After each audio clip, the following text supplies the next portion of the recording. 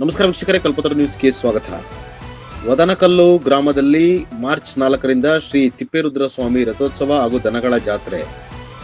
ದೇವಸ್ಥಾನದ ಕಾರ್ಯನಿರ್ವಾಹಕರಾದ ಸಂಘದ ಅಧ್ಯಕ್ಷರಾದ VN ಗೋಪಾಲ್ ರೆಡ್ಡಿ ಅವರು ಮಾತನಾಡುತ್ತಾ, ಪಾವಗಡ ತಾಲೂಕಿನ ಸುಪ್ರಸಿದ್ಧ ಧಾರ್ಮಿಕ ಕೇಂದ್ರವಾದ ವದನಕಲ್ಲು ಗ್ರಾಮದಲ್ಲಿ ನೆಲೆಸಿರುವ ಪುರಾಣ ಪ್ರಸಿದ್ಧ ಶ್ರೀ ತಿಪ್ಪೇರುದ್ರ ಸ್ವಾಮಿ ದೇವಸ್ಥಾನದ ರಥೋತ್ಸವ ಮತ್ತು ದನಗಳ ಜಾತ್ರೆಯು ಇದೇ ಮಾರ್ಚ್ 4ರಿಂದ 11ರವರೆಗೆ ಅತ್ಯಂತ ವೈಭವದಿಂದ ಜರುಗಿತು ಎಂದು ತಿಳಿಸಿದರು.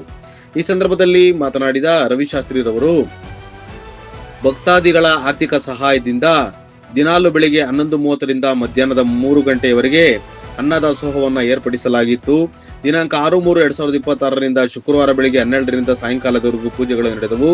ತದನಂತರ 11/3/2026ರಂದು ಸೋಮವಾರ ಹೂವಿನ ಪಲ್ಲಕ್ಕಿಯ ರಥೋತ್ಸವವನ್ನು ಏರ್ಪಡಿಸಲಾಗಿತ್ತು ಎಂದು ತಿಳಿಸಿದರು. ಈ ಸಂದರ್ಭದಲ್ಲಿ ಮಾತನಾಡಿದ ಸಮಿತಿಯ ಕಾರ್ಯದರ್ಶಿಯಾದ ತಿಪ್ಪೇಸ್ವಾಮಿರವರು, ವದನಕಲ್ ಗ್ರಾಮದ ಜಾತ್ರೆಯು 4/3/2026ರಿಂದ 11/3/2026 ಬುಧವಾರದವರೆಗೆ 8 ದಿನಗಳ ಕಾಲ ವಿಜೃಂಭಣೆಯಿಂದ ನಡೆಯಿತು. ಇಲ್ಲಿ ಪ್ರತಿದಿನ ಬರುವ ಭಕ್ತಾದಿಗಳಿಗೆ ಜಾತ್ರೆಯಲ್ಲಿ 8 ದಿನಗಳ ಕಾಲ ಪ್ರತಿದಿನ ಮಧ್ಯಾಹ್ನ 12ರಿಂದ 3 ಗಂಟೆಯವರೆಗೆ ನಿರಂತರ ಅನ್ನದಾಸೋಹವನ್ನು ಏರ್ಪಡಿಸಲಾಗಿತ್ತು ಎಂದು ತಿಳಿಸಿದರು. ನಮ್ಮ ಸುತ್ತಮುತ್ತಲೂ ಆಂಧ್ರ ಪ್ರದೇಶದಿಂದ, ಕರ್ನಾಟಕದಿಂದ 3 ಲಕ್ಷ ಅಥವಾ 4 ಲಕ್ಷ ರಾಸುಗಳು ಬಂದು ಈ ಜಾತ್ರೆಗೆ ಹೊಸ ಉರುಪನ್ನು ತಂದವು ಎಂದು ತಿಳಿಸಿದರು. ರಥೋತ್ಸವದ ಅಂಗವಾಗಿ ಮಾರ್ಚ್ 6ರ ರಾತ್ರಿ 9 ಗಂಟೆಗೆ ವಿನಾಯಕ ಕಲಾ ಬಳಗದ ಕಲಾವಿದರಿಂದ ಕುರುಕ್ಷೇತ್ರ ಪೌರಾಣಿಕ ನಾಟಕವನ್ನು ಏರ್ಪಡಿಸಲಾಗಿತ್ತು ಎಂದು ಅವರು ತಿಳಿಸಿದರು. ವರದಿ ರಾಮಪ್ಪ ಸಿಕೆಪುರ, ಕಲ್ಪತರು ನ್ಯೂಸ್, ಪಾವಗಡ.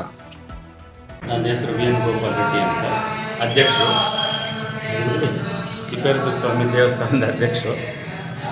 ಈಗ ತಾರೀಕು 4ರಿಂದ 11ರವರೆಗೂ ಈ ಜಾತ್ರೆಯ ಕಾರ್ಯಕ್ರಮಗಳು ಭಾಳ ಚೆನ್ನಾಗಿ ಎಲ್ಲ ನಡೀತು. ಭಕ್ತಾದಿಗಳೆಲ್ಲ ಭಾಳ ಚೆನ್ನಾಗಿ ಸಂತೋಷಕ್ಕೆ ಬಂದು ಪಾಲ್ಗೊಂಡು ಈ ಗುರು ತಿಪ್ಪೇರುದ್ರ ಸ್ವಾಮಿ ಕೃಪೆಗೆ ಪಾತ್ರರಾಗಿ ಹೋದರು. ಮೊನ್ನೆ ದಿವಸ 9 ಸೋಮವಾರ ದಿವಸ ರಥೋತ್ಸವ ಹೂವಿನ ತೇರ ಆಯಿತು. 6ನೇ ತಾರೀಕು ಚಿತ್ತ ನಕ್ಷತ್ರದ ದಿವಸ ದೊಡ್ಡ ರಥೋತ್ಸವವನ್ನು ನಡೆಯಿತು. ಕಾರ್ಯಕ್ರಮಗಳು ಭಾಳ ಚೆನ್ನಾಗಿ ಆಯಿತು. ಭಕ್ತಾದಿಗಳ ಸಹಾಯ, ಆರ್ಥಿಕ ಸಹಾಯ ಮತ್ತು ದಾಸೋಹ ಸಮಿತಿಯಿಂದ ದಿನವೂ ಪ್ರಸಾದ ವ್ಯವಸ್ಥೆ ಬೆಳಗ್ಗೆ 11:30ರಿಂದ ಮಧ್ಯಾಹ್ನ 3 ಗಂಟೆವರೆಗೂ ಪ್ರಸಾದ ವ್ಯವಸ್ಥೆ ಇತ್ತು. ಮತ್ತು ವಿಶೇಷ ರಥೋತ್ಸವ ದಿನ 6ನೇ ತಾರೀಕು 6/3/2026 ಶುಕ್ರವಾರ ಬೆಳಗ್ಗೆ 12ರಿಂದ ಸಾಯಂಕಾಲವೂ ಪೂರ್ತಿ ನಡೀತು. ಮತ್ತು ತದನಂತರ 9 ಸೋಮವಾರ 11/3/2026 ಸೋಮವಾರ ವಿಶೇಷ 2026 ಸೋಮವಾರ ಅದು ಹೂವಿನ ಪಲ್ಲಕ್ಕಿಯಿಂದ ಸಹಸ್ರಾರು ಭಕ್ತಾದಿಗಳು ಬಂದಿದ್ದರು.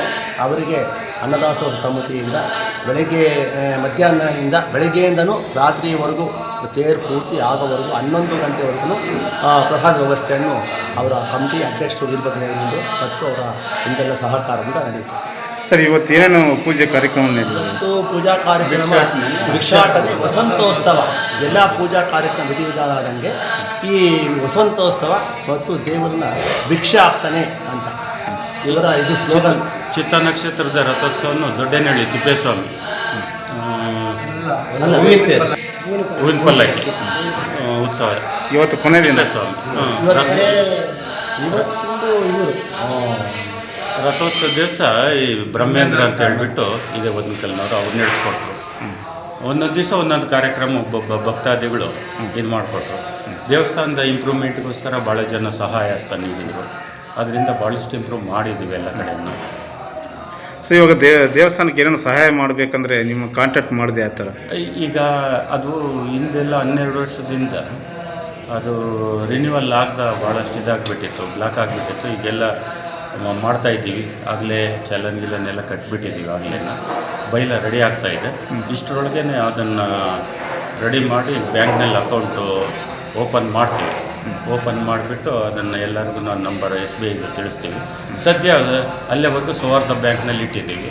ಆಮೇಲೆ ಎಲ್ಲ ಕಡೆ ತಿಳಿಸ್ತೀವಿ. ಈಗ ಸದ್ಯ ಕಾರ್ಯದರ್ಶಿಯವರ ಅಕೌಂಟ್ಗಾಗಲಿ ಅಧ್ಯಕ್ಷ ಅಕೌಂಟ್ಗಾಗಲಿ ಹಾಕಿದರೆ ನಾವು ಬೇಗ ಅದನ್ನು ತಗೊಂಡು ಬ್ಯಾಂಕಿಗೆ ಕಟ್ಟಿಬಿಟ್ಟು ಅದನ್ನು ರೆಸಿಪ್ಟ್ ಅವ್ರಿಗೆ ವಾಟ್ಸಪ್ ಮಾಡ್ತೀವಿ. ಹಿಂದೆ ಈ ರೀತಿ ವ್ಯವಸ್ಥೆ ಇದೆ. ಯಾವುದೇ ಒಂದು ಪೈಸನ್ನು ಸಹ ಅವ್ಯವಹಾರ ಆಗೋದಕ್ಕೆ ಅವಕಾಶವೂ ಇಲ್ಲ. ಅಂತಹ ಇದೂ ಬಂದಿಲ್ಲ, ಏನು ತೊಂದರೆ ಇಲ್ಲ. ದಿನ ವಿಶೇಷವಾದ ದೊಡ್ಡ ರಥೋತ್ಸವ ಮಾಡಬೇಕು ಅಂತ ಅಂದ್ಕೊಂಡಿದ್ದೀವಿ. ಅಂದ್ಕೊಂಡಿದ್ದೆ ಭಕ್ತ ಸಹಾಯ ಇದ್ದರೆ ದಾದಾ 20-25 ಲಕ್ಷ ಬೇಕಾಗುತ್ತೆ ರಥೋತ್ಸವಕ್ಕೆ. ತೇರು ಭಾಳಷ್ಟು ಹಳೇದಾಗ್ಬಿಟ್ಟಿದೆ. ಶಿಥಿಲವಾಗಿದೆ. ಅದರಿಂದ ರಥೋತ್ಸವಕ್ಕೆ ನಮಗೆ ಎಲ್ಲರೂ ಭಕ್ತರು ಆರ್ಥಿಕ ಸಹಾಯ ನೀಡ್ತೀವಿ ಅಂತ ಮಾಡಿದ್ರೆ ಮುಂದೆ ದೇವರ ದಾರಿ ಕೊಟ್ಟರೆ ಮಾಡಬೇಕು ಅಂತ ಅಂದ್ಕೊಂಡಿದ್ದೀವಿ. ತಮ್ಮ ಹೆಸರು? ನಮ್ಮ ಹೆಸರು ರವಿಪ್ರಕಾಶ್ ಅಂತ, ಮಾಜಿ ಕಾರ್ಯದರ್ಶಿ. ತಿಪ್ಪೇಸ್ವಾಮಿ ನಮಸ್ಕಾರ. ನಾವು ಶ್ರೀ ಗುರು ತಿಪ್ಪೇರುದ್ರ ಸ್ವಾಮಿ ದೇವಸ್ಥಾನದ ಕಾರ್ಯದರ್ಶಿಗಳು. ನಮ್ಮ ಜಾತ್ರೆ 4/3/2026 ಬುಧವಾರದಿಂದ ಪ್ರಾರಂಭಗೊಂಡು 11/3/2026 ಬುಧವಾರದವರೆಗೆ 8 ದಿನಗಳು ಕಾಲ ಈ ಒಂದು ಜಾತ್ರೆ ಭಾಳ ವಿಜೃಂಭಣೆಯಿಂದ ನಡೆಯುತ್ತಿದೆ. ಇಲ್ಲಿ ಪ್ರತಿದಿನ ಭಕ್ತಾದಿಗಳು ಬರೋವರಿಗೆ ದಾಸೋಹದ ಸಂಸ್ಥೆಯಿಂದ ಎಲ್ಲ ಊಟದ ವ್ಯವಸ್ಥೆಯನ್ನು ಮಾಡಲಾಗಿದೆ.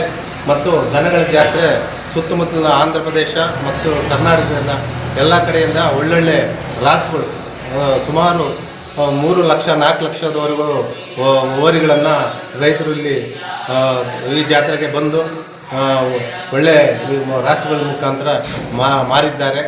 ಹಾಗೂ ಇಲ್ಲಿ ಬ್ರಹ್ಮೇಂದ್ರಾಚಾರ್ಯ ಅವರು ದೊಡ್ಡ ರಥೋತ್ಸವ 6/3/2026 ಶುಕ್ರವಾರದಿಂದ ಭಾಳ ಜನಪದ ನೃತ್ಯಗಳಿಂದ ಎಲ್ಲ ಕಲಾ ತಂಡದಿಂದ ವಿಜೃಂಭಣೆಯಿಂದ ನೆರವೇರಿತು. ವೀರಗಾಸೆ ಇವೆಲ್ಲ ಜನಪದ ಇವು ಕಲಾ ತಂಡದವರಿಂದ ಭಾಳ ಅದ್ದೂರಿಯಾಗಿ ನಡೆಯಿತು.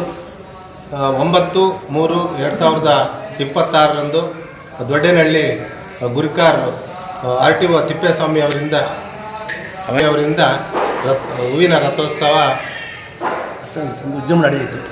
ಅವರ ಭಕ್ತಾದಿಗಳಿಂದ ಅವ್ರದ್ದೇ ಇದರಿಂದ ನಡೆಯಿತು. ಹೀಗಾಗಿ ಇವತ್ತು ಬುಧವಾರ ಈ ಕೊನೆಯ ದಿನ ಭಿಕ್ಷಾಟನೆಗೆ ಊರೊಳಗಡೆ ದೇವರು ಸ್ವಾಮಿ ಹೋಗುತ್ತಾರೆ. ದೇವರು ಕರ್ಕೊಂಡು ಹೋಗ್ತಾರ? ಕರ್ಕೊಂಡು ಹೋಗ್ತಾರೆ. ಊರು ಭಿಕ್ಷಾಟಕ್ಕೆ ಅದು ಕೊನೆ ಅಂತ. ಮನೆಗೂ ಬಂದು ಭಿಕ್ಷೆ ಎತ್ಕೊಂಡು ಸ್ವಾಮಿಗೆ ಭಿಕ್ಷೆ ಕೊಡ್ತಾರೆ. ಅದನ್ನು ಮಾಡಿಕೊಂಡು ಇವತ್ತು ಕೊನೆ ಮಾಡ್ತಾರೆ.